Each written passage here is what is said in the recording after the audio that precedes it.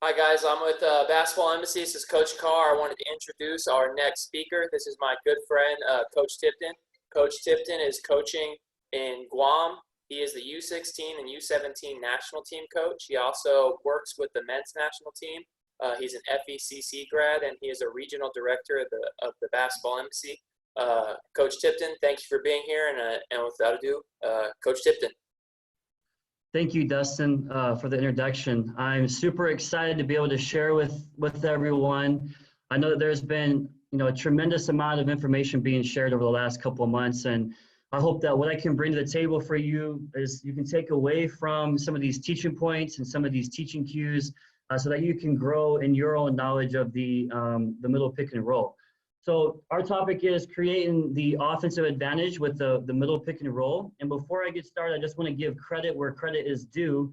At the end of this presentation, I'm going to give you my reference page so you can kind of go through and look at the 10 to 12 different articles, podcasts, and clinics that I had viewed to help prepare for this presentation. So in today's agenda, we have three things that we want to talk about. The first thing is provide methodology and pedagogy within the middle pick and roll. So my goal of this is to provide key teaching phrases so that we can coach on the fly. So we shouldn't be stopping practice every time a player makes a mistake. We certainly can't stop a game when a player makes a mistake.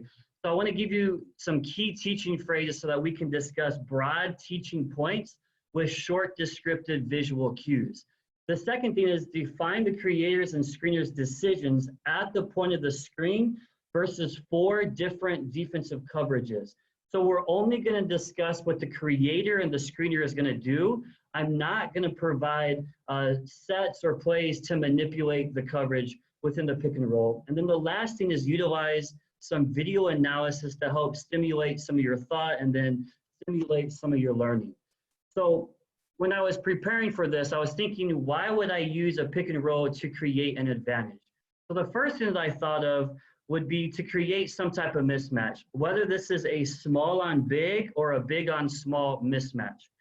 We must always look to exploit the coverage, and if there is coverage as a switch, then we can use the pick and roll to create this advantage.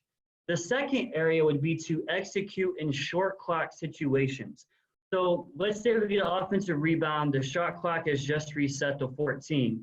If we don't get an immediate rebound and putback or a kick out 3, we are going to use some type of false motion to get into the pick and roll or a middle pick and roll to leverage an advantage.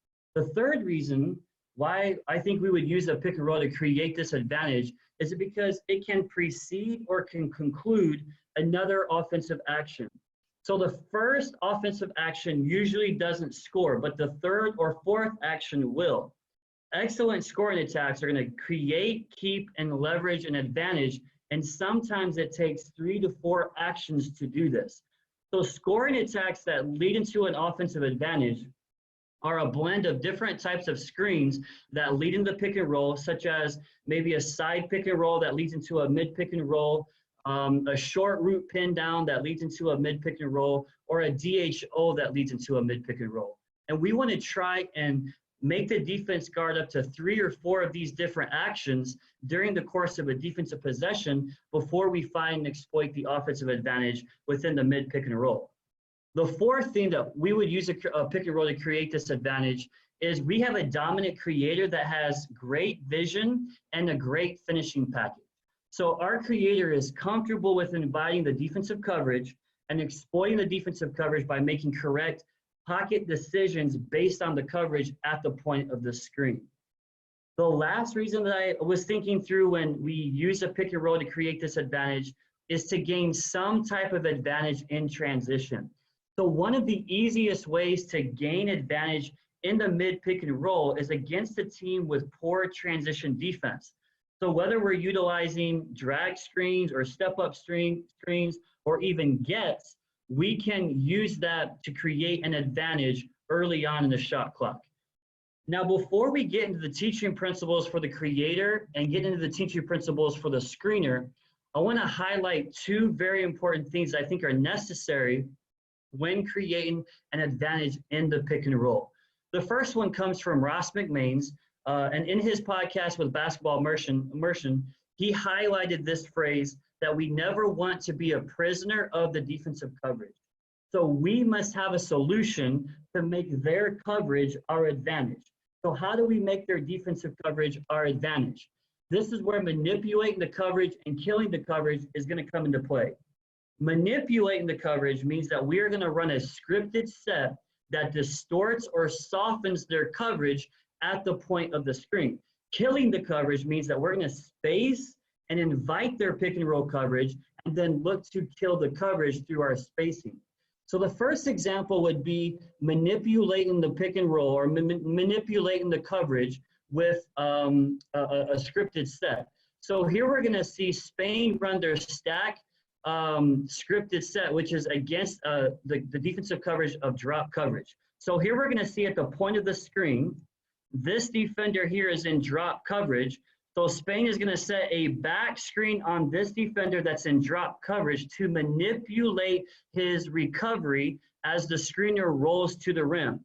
And this manipulation of the defender that's in drop coverage is going to delay his recovery, and then that's going to open up the creator for a late pass lob at the rim. And this is how Spain manipulates the coverage against a defender that's in drop coverage. Now, if that coverage was a blitz or a hedge coverage, we would use a different scripted set to manipulate the coverage. The complete opposite of that is killing the coverage. So killing the coverage means that we are going to let the defense run their coverage by inviting their coverage. Then we space to gain advantage, and then we execute against their coverage. Zico Coronel says that the goal of killing the coverage is to always make the coverage wrong. In teaching the pick and roll decisions, teaching of the pick and roll decisions is always coverage dependent, and that we focus on the defense at the point of the screen. And then from there, we teach the creator to make their pocket decisions and teach the screener to set their coverage dependent screens in order to kill the coverage. So in this presentation, everything that we're going to discuss is how to kill the coverage. So here's an example of killing the coverage. Here we're going to see the creator invite the defensive coverage, and in this case, the defensive coverage is a hard hedge, and he finds the advantage by making this glance pass to the screener as he short rolls to the nil.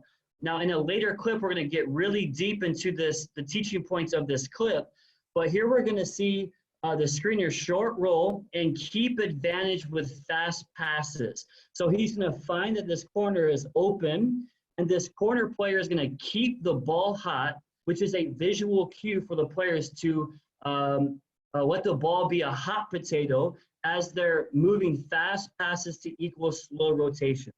So the rotations are slow on the closeouts, then they leverage their advantage with this open shot at the top of the key. So that would be an example of killing the coverage. The second thing that we need to teach when creating an advantage with the pick and roll is this. We don't use the pick and roll to create a shot. We use the pick and roll to create an advantage. So it takes more than one offensive action usually to score. So the first pick and roll most likely isn't going to score in the possession, but it is going to create some type of an advantage. So with this, our players must understand that the pick and roll is part of the offense, not the entire offense. So Liam Flynn has said this phrase, and I love this phrase and the concept behind it, and that is spacing before advantage, advantage before shot. Chuck Daly has also said that spacing is offense and offense is spacing. So here's a fast draw diagram of what it would look like to space before an advantage. So the court is broken up into thirds. The middle third is colored in the red, and this is where the creator, the 1, and the screen of the 5 is going to operate in their mid pick and roll. The creator is going to be at 4-point line spacing in the slot that is elbow extended, and the 5 is going to start behind the backboard to give him space to sprint into the screen. The 2 side, here on this outer third on the right side, is occupied by two offensive players, so it's called a 2 side. The 4 is spaced at the level of the rim, or at rim level, in the corner with the shooting foot already into the rim. The 2 is spaced 4-point line spacing, slightly above the free throw line extended, which is an area that we call the 45. And Zico Coronel also says that this is the front side because when the creator uses the screen, this side is at the front of his vision. Now the other outer third, here represented with the green, is the single side because it has one offensive player in this third. And this player is the 3 located in the corner, rim level with the shooting foot into the rim, ready to hold the corner or to lift on a shake if that's what is deemed necessary. This is called the backside by Zico Coronel because when the creator uses the screen, it's behind the creator's vision. The second thing that we're going to discuss when we don't use the pick and roll to create a shot, but use it to create an advantage is the corner, middle corner concept that I learned from Peter Lonergan of Basketball Australia. So the corner, middle corner concept is going to prey on the flat-footed defender. Ettore Messina also says that when we create an advantage with the pick and roll, where we pass the ball determines if we make a bigger advantage or if we lose the advantage. So what is this corner, middle corner concept? The creator, before the point of the screen is set or before he uses the screen, is going to scan the floor in 3D vision, scan the other 9 players on the floor in 3D vision, and look first who has the advantage before he uses the screen. So his first look in 3D vision is the front side corner. His second look is the middle. His third look is the backside corner. And these are all split-second decisions that are happening simultaneously before the screen is set. And so we must teach our creator to have this 3D vision before the screen is set. And it's also important that an advantage is only an advantage if the creator sees the advantage. So here's the corner, the first corner concept on the front side to the corner, middle corner concept. So here we're going to see Harden, before the point of the screen is set, is going to scan the other 9 players with 3D vision and see who has the advantage. His first look is at the front side corner. He's going to prey on the flat-footed defender here where my arrow is circling. He's going to see that this defender is in a deep defensive triangle. He's not in a stance. His vision is on him or solely on the ball, making this pass to the corner a scoring pass. And we're teaching our creator on this scoring pass to throw a strike. So throwing a strike is another visual cue for the player as a pitcher is throwing a strike to the catcher to throw that pass right to the receiver's shot pocket. Now on his catch, the receiver is going to gain a positional advantage, meaning that on the catch, this scoring pass could lead to a catch and shoot decision or a clip the hip, get on a driving line decision. In this case, this receiver is going to clip a hip and get on a driving line. The middle concept to this concept, again, happens before the screen is set, before the corner or the creator uses the screen. The creator is going to scan the floor in 3D vision and look front side corner first. He's going to see that this defender is in a shallow defensive triangle, meaning that the pass to this front side corner would not be a scoring pass. Now he's going to put his attention to the middle. Now he's going to prey on the flat-footed defender here on the weak side tag. He's going to see that Patrick Beverly here is going to stunt the tag, thus opening this late pass to the rim, and then they score with a dunk at the rim. To complete this corner, middle corner concept, we're going to look at the opposite corner now. So remember that this concept is happening before the point of the screen and before the creator is using the screen. So he's looking at the front side corner. He sees that this is an empty corner. Now his attention goes to the rim in the middle, and then now he's looking at the opposite corner. Now he's preying on the flat-footed defender right here. He sees that whether or not this defender tags the roll, he is 1 foot in, 1 foot out, flat-footed, not in a stance, making this pass to the corner a scoring pass, throws a strike to the receiver. Now he has positional leverage, meaning that this is a long closeout, opening up a catch and shoot decision to where they kill the coverage with completion of the corner, middle corner concept. So before we get into any of our teaching principles for the creator, we want to teach our players to have spacing before advantage before shot, and then to teach them the corner, middle corner concept before the creator uses the screen at the point of the screen. Now, when getting into the methodology and the pedagogy and teaching our teaching principles for the creator, there are 4 principles that we will teach to help the creator to gain this advantage in the middle pick and roll. The first one is the setup, what happens before the point of the screen. The second one is the separation, what happens at the point of the screen. The third one is the slice or the slicing angle, what happens after the point of the screen. And then the fourth one is to score. So in setting up the screen, Liam Flynn expects his creators to be confident, bordering arrogant, meaning we want our creator to be comfortable with inviting the defensive coverage, whether it's aggressive or whether it's conservative, see the floor in 3D to set up correct pocket decisions. So how can the creator be confident, bordering arrogant in his setup? The first one is letter A here, the corner, middle corner concept, which we've already dove into. The second way that the creator can set up his screen is with his pivots, or what we say in the phrase behind this, a teaching cue of footwork before dribble. Now, footwork before dribble, before the point of the screen, in my opinion, is one of the most under-taught fundamentals in youth basketball, because a player won't always set up the screen set up his screen with a live dribble. So whether the creator is setting up his screen with a pivot or a pound and hip swivel, we want our creator to use footwork before dribble to gain a space advantage to set up the screen. So here's an example of footwork before dribble for the creator to set up his screen. So we're going to see this creator make a jab step right to adjust the chest-to-chest stance of his defender.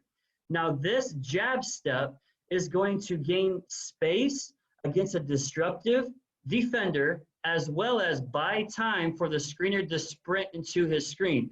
It's also adjust the stance of his defender to hopefully bait him to go over the top of the screen.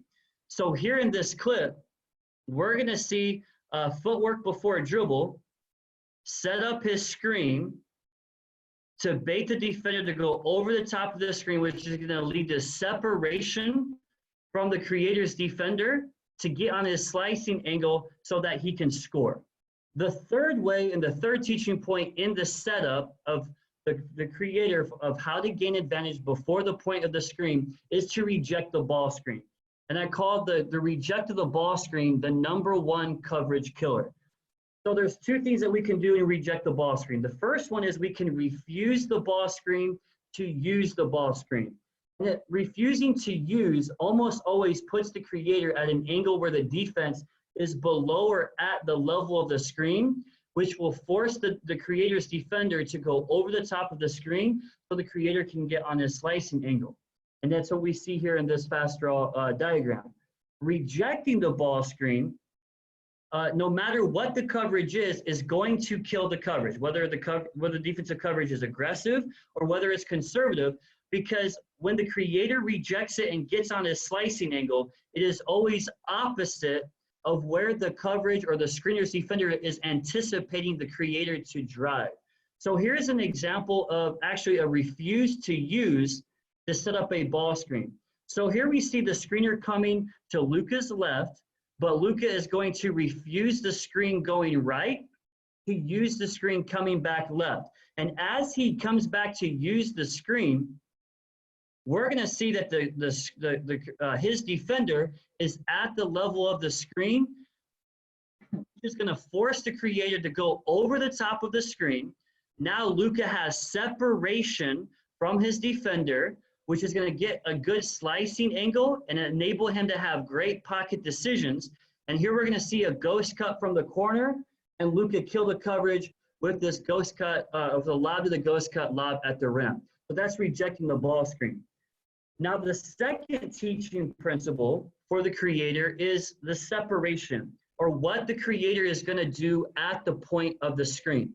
And this is where most of the players' decision-making is gonna be taught.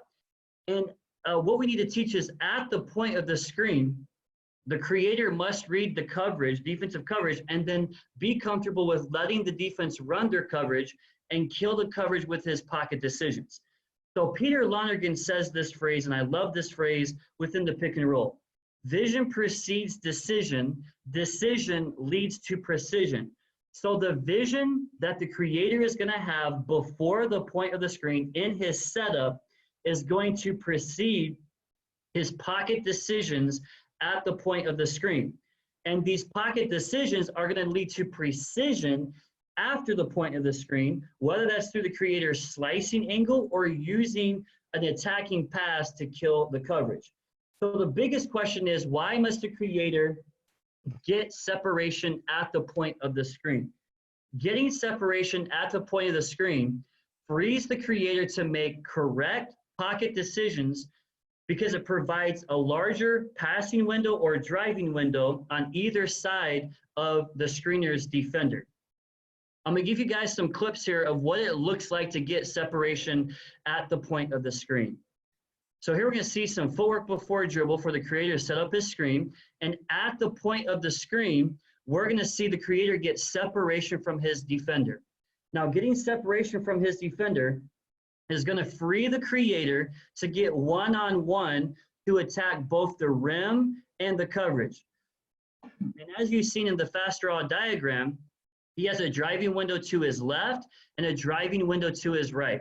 Here, because the defensive coverage is in drop coverage, he's going to snake his dribble to elongate the recovery of his defender and kill the coverage with his pocket pull-up too. Here in this next clip, we're going to see a little bit different of a separation. So here at the point of the screen, the creator is going to get separation. And again, he has a driving window to his left, a driving window to his right. And again, because this defender is in drop coverage, this creator is going to snake his dribble to elongate the recovery of his defender. And he's going to attack both the rim and the coverage. He's going to finish at the rim to kill the coverage. This last clip is going to show how getting separation at the point of the screen is going to open up a larger window for a pocket pass. So here the creator is going to set up his defender, and at the point of the screen get separation from his defender. After he has engaged the screener's defender, he now has a large area to make this pocket pass as the big separates from the coverage. Now the big can separate from the coverage, get a paint touch, and then finish at the rim to kill the coverage. Now, while teaching separation at the point of the screen, we're going to teach two things that lead up to this. The first one is pace, and the second one is pocket decisions. So with this pace, we want our creators to play deceptively with two speeds, with constant hip swivels, and with both feet off the ground.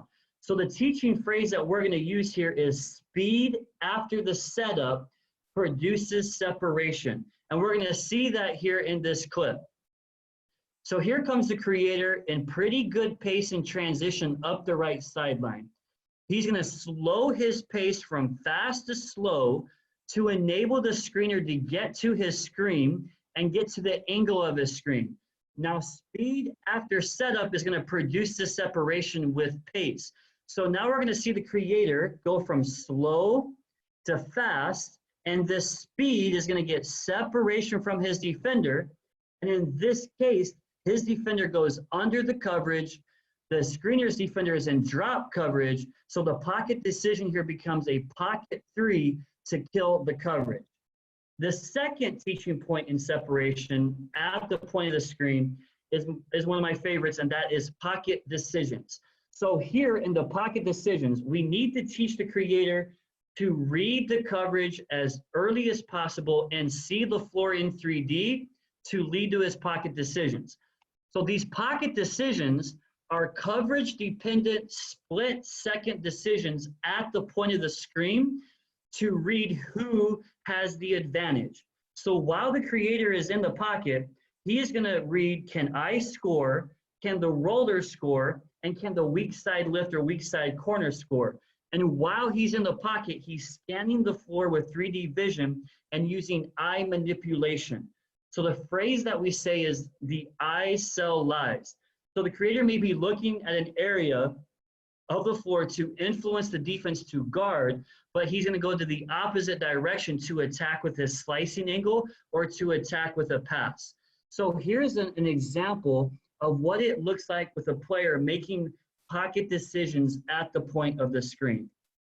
So we're going to see Lucas set up his screen and then come back and use his screen and get separation at the point of the screen. So now he's into the area to where he's making pocket decisions. The first pocket decision as he's scanning the floor in 3D vision is, can I score? So if he can get to the outside shoulder or the outside hip of the screener's defender, then he can get all the way to the rim to finish. If he engages this defender in drop coverage, then the roller could score. The last option would be, can the weak side corner score? So now in the pocket, he's going to read, is the weak side high going to tag or the weak side low going to tag? In this case, a weak side high tags, so Luka could make this or could throw it back to the weak side of the 45, but in this particular clip, he's going to keep it and he's going to get to the paint and the paint touch, and then he's going to shoot a floater. So there's two teaching points here once we get to the paint. So when the creator gets a paint touch, we're teaching two things. One, we want the creator to play off of 2 feet while in the paint. Playing off of 2 feet is going to give players more time to read the defensive rotation and to make decisions. The second thing is, as the creator gets to the paint and gets a paint touch, playing off of 2 feet is going to enable them to use their paint finishing package as opposed to their rim finishing package. Not all the time is the creator going to get all the way to the rim. More than likely against elite defenses, he's going to have to finish in the paint. So we need to teach a paint finishing package in between the smile and the free throw line, where a paint finishing package of stride stops, of donuts, and floaters, so that he can finish while he's in the pocket. And here in this clip, Luka is going to get to his floater package and then kill the coverage here in the pocket. The third teaching point that we're going to teach our creator to create this advantage in the pick and roll is his slicing angle. So the slice happens after the point of the screen. The creator's slicing angle is coverage dependent, meaning that the creator needs to determine the coverage as early as possible to decide on his slicing angle. So if the defensive coverage is conservative, then that is mean that the coverage isn't a drop. So the driving window is open, so the creator's slicing angle will need to attack both the rim and the coverage. If the defensive coverage is aggressive, something like a blitz or a hedge, then the creator's driving window is closed, so his slicing angle may be a lateral dribble to set up an attacking pass to kill the coverage. So we're going to look at the first slice angle of rocketing out of the pocket. So a rocket out of the pocket is going to be against blown coverage when the creator and the screener has made the defensive coverage wrong. So we're keeping in mind the phrase, speed after setup produces separation. So here we're going to see the creator set up his screen with pace and then go from slow to fast to get separation from his defender. Now this is a completely blown coverage by both the screener's defender and the creator's defender. When there's blown coverage, we need to teach our creator to catch speed and rocket out of the pocket. And this is what we see with this creator. Catch speed with his left hand, he's gonna rocket out of the pocket, and now he's into his pocket decisions. So he's gonna try and sell lies with his eyes, scan the floor in 3D vision, and read the help. So here's the teaching point on this help defender. If the creator sees chest, he needs to make the pass.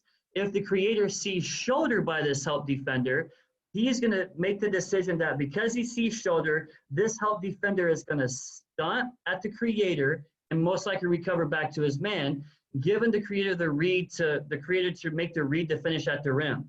The second teaching point is if he does see chest and this help is early and up, then this creator needs to make an early pass to his teammate at the block. If this help is late, then the pass needs to be a late pass to his teammate. And here we see late help at the rim and a late pass from the creator to his teammate to completely kill this coverage. Here's another example of rocketing out of the pocket and the creator getting on his slicing angle. So at the point of the screen, it's imperative for the creator to completely cut off his defender at the point of the screen. So he needs to cut off his defender at the screener's outside hip. So from the screener's hip to the rim is the creator's driving line. So the creator needs to get to the hip of the screener to get on his driving line or his slicing angle to attack both the rim and the coverage. And that's exactly what we see here with this creator. Gets on his slicing angle and he gets all the way to the rim as he attacks the rim and the coverage. Now going back to the slicing angle is always coverage dependent. So sometimes the slicing angle needs to be a lateral dribble to set up an attacking pass. And this is where the glance then advance concept comes in with attacking aggressive coverage. And we're going to use the teaching phrases of fast passes equals slow rotations for our screeners and to move it early and move it twice for our guards. Now here at the point of the screen, the glance pass comes from the creator as the screener rolls to separate from the coverage. So the glance pass is a peek to the screener as he short rolls to the nail. The move it early, if he can't make this glance pass, the creator is going to move it early to the front side 45 on an advance pass. And from here, the front side 45 is going to move it twice, either to the short roll at the nail to kill the coverage, or to make a skip pass to the opposite 45 to kill the coverage. So here we're going to see an example of a glance and advance pass to kill the coverage versus a blitz or a hard hedge. So here we're going to see an example of false motion or a preceding screen that leads to the screen that gains advantage. So here we see a boomerang pass, a pass and pass back, and it's great for setting up the scoring screen. And here at the point of the screen, the creator is going to invite the blitz coverage and make his first read with a glance. So as the screener rolls to the, or short rolls to the nail, the first read is for the creator to make this glance pass as the screener short rolls to the nail. If he reads that the weak side 45 is going to tag the short roll, then he's going to move it early to the front side 45. And on the catch, the front side 45 is going to move it twice. Now, the front side 45 has two options on the catch. He can move it twice to the roller at the nail, or he can skip it to the weak side 45. Now, look at the spacing on the two side. The spacing before advantage. Their spacing is stretched because they are working to kill the got to defender where my arrow is circling. So if the front side 45 was to skip it twice to the weak side 45, that would spur a rotation from the got to defender, opening up from the 45 a good to great pass to the corner. Thus, they would kill the coverage in this way. In this particular clip, the 45 is going to hit the short roll at the nail, and here they kill the coverage with the advance pass to kill the blitz coverage. The second type of slicing angle, or the third type of slicing angle for the creator after the point of the screen, is an attack then throw back versus conservative coverage. So the advancing glance and advance pass is on the front side of the creator's vision. The attack then throw back pass is on the back side of the creator's vision.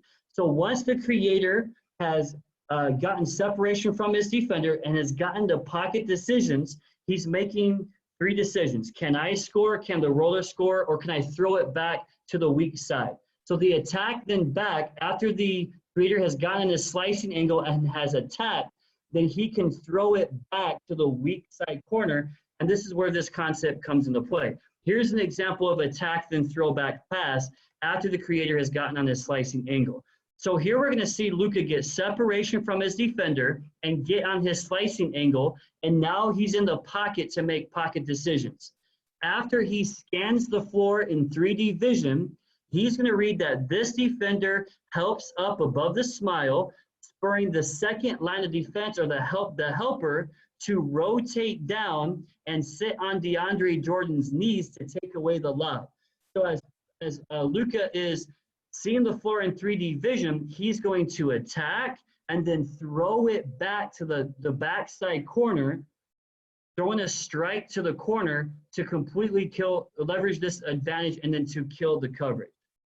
So the last teaching point that we're going to have for the creator and to create this advantage in the pick and roll is to obviously score.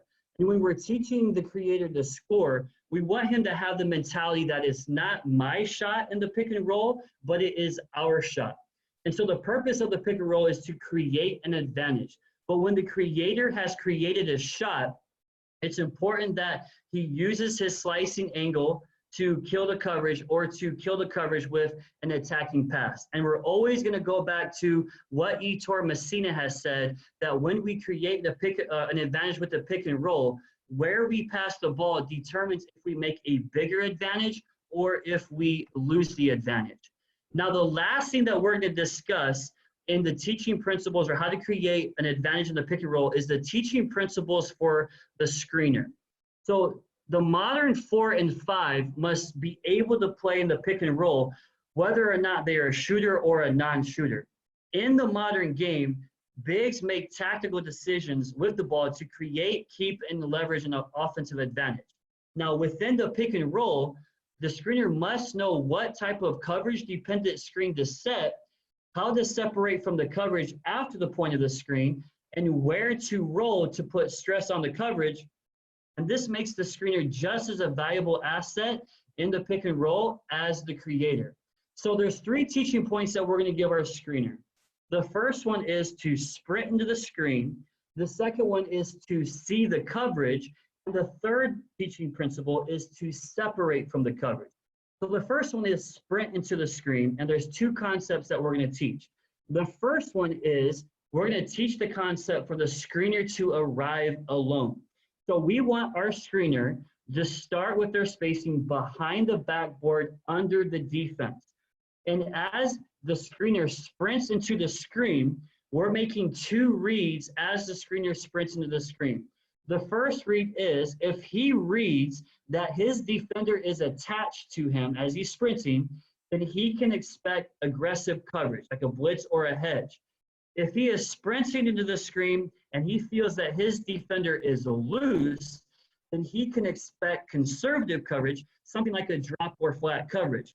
So as he is sprinting into the screen, he wants to separate from his defender so that he can arrive alone, which opens up larger passing windows for the creator. And then at the point of the screen, set a coverage-dependent screen. And we're going to talk through 4 coverage-dependent screens that the screener is going to make. The second teaching point that we're going to make to our screener as he sprints into the screen is to fly at the creator's defender's feet. So flying at the feet means that the screener doesn't set a screen based upon what the ball is doing, but the screener is going to set a screen based upon where the defender is at. So the defender's screen, the creator's defender's feet, are always going to tell the screener where the screening angle is located. And a successful screen is one where the creator's defender runs into the midline of the screener's body. And changing the angle at the last second is going to help the creator to get on their slicing angle to kill the coverage. So here we're going to see an example of flying at the feet. So Luka is setting up this screen to go right. So the creator is going to set the screen to help Luka to use the screen going right. But at the last second, Patty Mills is going to get into ice coverage. And so the screener is going to flip the angle of the screen, read the defender's feet, and set this or flip the angle of the screen to help the creator get on his slicing angle, get separation from his defender. And here Luka snakes the dribble to elongate the recovery of his defender. and in the pocket makes the decision to make this late pass lob at the rim to completely kill the coverage. So that's the example of flying at the feet. Now, the second teaching principle for the screener in creating this advantage in the mid pick and roll is one of my favorite things to teach the screener, and that is to see the coverage. Now, it's important that we teach the screener as he's sprinting into the screen to read the coverage as early as possible, because the screen that he's going to set is coverage dependent. So the first screen the first type of screen that we're going to teach is a hit and hold screen against drop coverage. So here, as the screener is going to sprint into the screen, he sees that his defender is not attached, so he's going to expect conservative coverage. If anytime the coverage is conservative, then the screener should set his screen outside the three-point line to enable more space for the creator to get on his slicing angle to attack both the rim and the coverage. The coverage dependent screen that the screener is going to set is a hit and hold. Now, a hit and hold screen is where the screener is going to get full contact on the creator's defender and hold the screen so the creator can separate from the coverage to get on his slicing angle. So here's an example of a hit and hold. So this is going to enable the creator to get separation from his screen. And once the creator engages the screener's defender, then the screener is going to release the hold and separate from the coverage and run. And this run to finish at the rim is going to open up this pocket pass from the creator so they can kill the coverage with this hit and hold screen at the point of the screen. The second type of coverage dependent screen that we're going to teach our screener is the touch and go screen versus an aggressive coverage or a hedge and blitz coverage. So as the screener is sprinting to the screen, if he sees that his defender is attached, he's going to expect aggressive coverage. Anytime that there is aggressive coverage, the screener needs to set his screen on the three-point line so that when he separates from the coverage, he can short roll to the nail.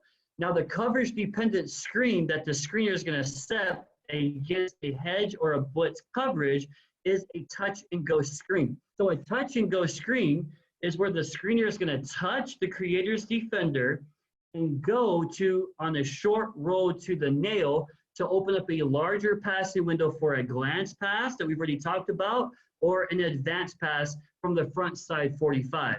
So here's an example of a touch and go versus aggressive coverage. So here we're going to see that the screener's defender is attached, so he can expect aggressive coverage. So at the point of the screen, he is going to touch the creator's defender and short roll to the nail. Now we have just found the advantage to kill the coverage. Now this is where we're going to teach the screener that fast passes equal slow rotations. So on the catch, we have a slow rotating weak side tag. The low tag is slow to eat the roll. So the screener is going to see this advantage in the corner and is going to make a fast pass to leverage this advantage. Now, once we're on the perimeter, we're using the term keep the ball hot or fast passes. That way we can cancel out their slow rotation. So here, the slow rotation by the got-to defender is slow on this closeout. He makes the one more with these fast passes, and these fast passes are going to kill the coverage with the defenders rotating slowly with this open catch and shoot three at the top of the key. Now, the third teaching principle, the third coverage dependent screen that we're going to teach our screener to create this advantage is the early slip versus switch coverage. And in the in the switch coverage, in attacking the switch coverage, we always want to attack this coverage with an attacking pass. And the two types of passes that we're going to teach here to attack the switch coverage is the glance and advance pass and the boomerang pass. So we're going to see two clips here on how to attack this switch coverage. The first one is an early slip and a glance, then an advance pass. So here we're going to see at the point of the screen, the creator's defender switch on to the creator. we're going to notice that the creator is not going to dribble uphill to get downhill to isolate the screener's defender one-on-one, but it's going to automatically make this advanced pass to the top of the key. Before he makes this advanced pass, he first needs to look for a post entry to see if the screener has a advantage on the mismatch early. In this case, the creator is going to advance this pass to the top of the key, and now we're looking to kill the mismatch with the screener and the creator's defender. So here's the teaching point that we're going to make for the screener. If his defender, or the creator's defender, top switches or switches over the top, then we're going to teach the screener to high seal. And in this high seal, he wants to nudge the creator's defender as close as he can to the elbow. So on this high-low pass, he has more space to catch. Now, if this guard switches underneath the screener as he rolls and eats the roll, then we're going to teach the creator to work for a deep position as opposed to front position for a deep paint catch. In this case, the guard top switches, so this high-low pass, it kills the coverage with a high seal, and that's how they kill the coverage with the early slip and the glance, then advanced pass. The last way that we're going to attack the switch coverage is with an early slip and boomerang pass. So here's the example of this boomerang pass. So here at the point of the screen, we're going to see the big switch onto the creator. Now again, notice that the creator is not going to dribble uphill to get downhill to attack the screener's defender one-on-one. There's two reasons why the boomerang is effective with this. One, the screener's defender only has to defend the drive in the situation of an ISO. It also allows the weak side or the gap defenders to load to the ball to plug driving lanes. But here's where the boomerang pass is so effective. The creator is going to make this pass to the corner, and the corner is going to make this pass back to the creator. This boomerang pass is going to do two things. Usually on this pass to the corner, this screener's defender is going to get back to the elbow or to protect the paint. And the boomerang pass is so effective because it's going to force the screener's defender to do two things. One, it's going to force him to move his feet, close out to contest the catch and shoot shot. Or two, he has to move his feet to contain the penetration. And it's really hard for the bigs to move their feet in the situation of the boomerang pass to do both. So here the creator is going to catch, rip, and then leverage his advantage with getting on his slicing angle to finish at the rim. Now here's a little bit different of an example of a boomerang pass. So here at the point of the screen, we're going to see a switch on the ball, and in this case, Ingles is going to make his pass to the 45, but instead of waiting for his pass to get back, Ingles is going to stampede his catch. So stampeding his catch means this. He is not going to wait for his pass back, but he is going to see the space in front of him and take the space by already getting downhill on the catch. So here we see him get downhill on the catch. Now he has leveraged positional advantage with a shoulder to chest advantage, and now he's going to read the help. See chest, he's going to make that pass, whether it's early help or late, early help or late help. He's going to make that pass as a dump down pass, and then they're going to kill the coverage at the rim. The last teaching point for the screener is the twist versus under coverage. So anytime that the creator's defender goes under the point of the screen, we're going to teach the screener to automatically rescreen into a twist. So here's an example of a twist versus under coverage. So here we're going to see Lucas set up his screen and his screener go under the first screen. So we're not going to make any reads anytime the creator's defender goes under the screen. Our automatic is we're automatically going to twist and rescreen this. So on the second screen, now we're going to start making reads, and now the reads are against drop coverage. So Luca in his pocket decisions is going to scan the floor in 3D vision and make his 3 pocket decisions. Can he score? Can the roller score? Or can he throw it back to the weak side? Here he sees drop coverage. The screener is also going to make his coverage dependent screen. And because this coverage is drop coverage, he is going to set a hit and hold screen and then run to separate from the coverage. And here in the pocket, Luka is going to make the decision to make that late pass lob at the rim. Now, the last teaching point that we're going to make for our screener to create this advantage in the pick and roll is how to separate from the coverage. Now, because we want our screener to roll with vision, we're going to teach them 2 separate footwork to separate from the coverage. And the 2 footwork that we're going to teach is the roll and run to separate and the open and options to separate. On the roll and run, the footwork on this separation from the coverage is going to be a front pivot to separate from the coverage. And as he separates from the coverage, he is going to run to the rim. And what I've seen from here, the creator usually delivers this pass with a late pass lob at the rim. So here is an example of a roll and run. So here at the point of the screen, we're going to see number 7 here, touch and go on his screen. And on his right foot, he's going to front pivot and run to the rim. And here, Luke is going to make the pocket decision to make this late pass lob as the screener runs to the rim. So that would be the example of the footwork of a front pivot to separate from the coverage. Now, the last one would be the open and options, which would be a reverse pivot to separate from the coverage. I call it open because on his reverse pivot, he's opening his chest and squaring his shoulders to get vision on the ball.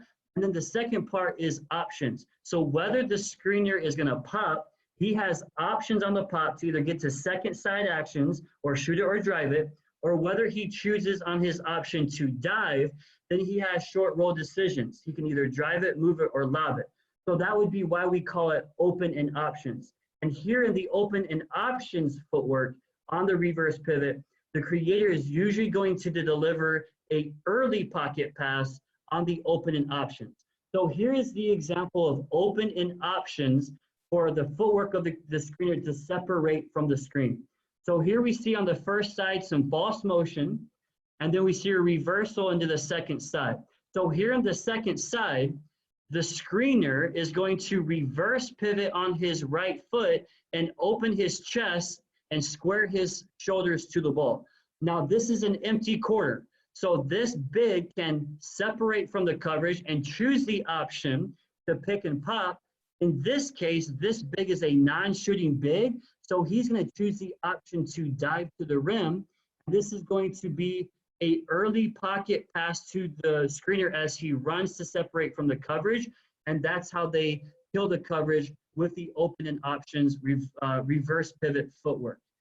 Now that concludes the presentation. And here's the reference sheet that you guys can reference back to that has covered all of the clinics and articles and podcasts that I listened to prepare for this clinic.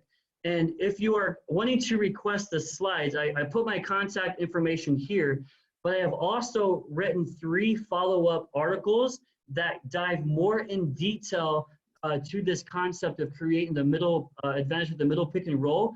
So maybe instead of getting slides, I can give you the 3 articles in email format to help with your own thoughts in creating the advantage with the middle pick and roll. So thank you for your attention today. Dustin, back to you. Thanks, Coach. Hey, just a couple of questions we had here. How would you introduce these concepts either in practice or in film room to your team? So to answer the first question, how we introduce these concepts, it's always whole method, part method, whole method. So we're going to show, let's say we're going to attack drop coverage. We're going to show 5-on-5, maybe with guided defense, on how to attack drop coverage and then get the creator into his pocket decisions. Can I score? Can the roller score? Can the weak side score? Then we're going to get that into part method into small-sided games where we're going to introduce some constraints.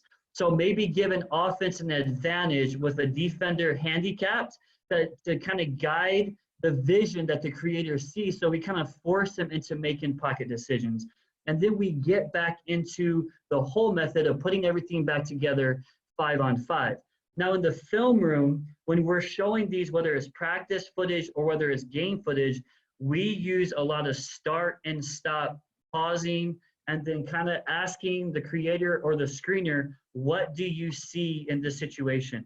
Or where is the defender? And then based upon where the defender's position is on the floor, what should be your decision? So that would be, hopefully that would answer both of those questions. Absolutely. Thanks, Coach. And the other question is, will those reps, whenever you're going into a game, are those going to depend mostly on the type of coverages that you're going to see via that team, or do you kind of throughout the week cover all of these? That's a great question. So each practice format is, instead of kind of sprinkling, attacking different coverages, then maybe for two or three straight practices, we're only going to attack drop coverage. And then the next 2 or 3 practices, we're only going to attack aggressive coverage, either against a blitz or a hedge. So I really want to dive deep into those concepts as opposed to hitting each coverage every day in practice. Awesome. Thank you, Coach. Do we have any more questions? You can put them on the question and answer. And if not, Coach, we had one request for you to go back to the reference page real quick, if you don't Sure. mind as well. So here's my reference page.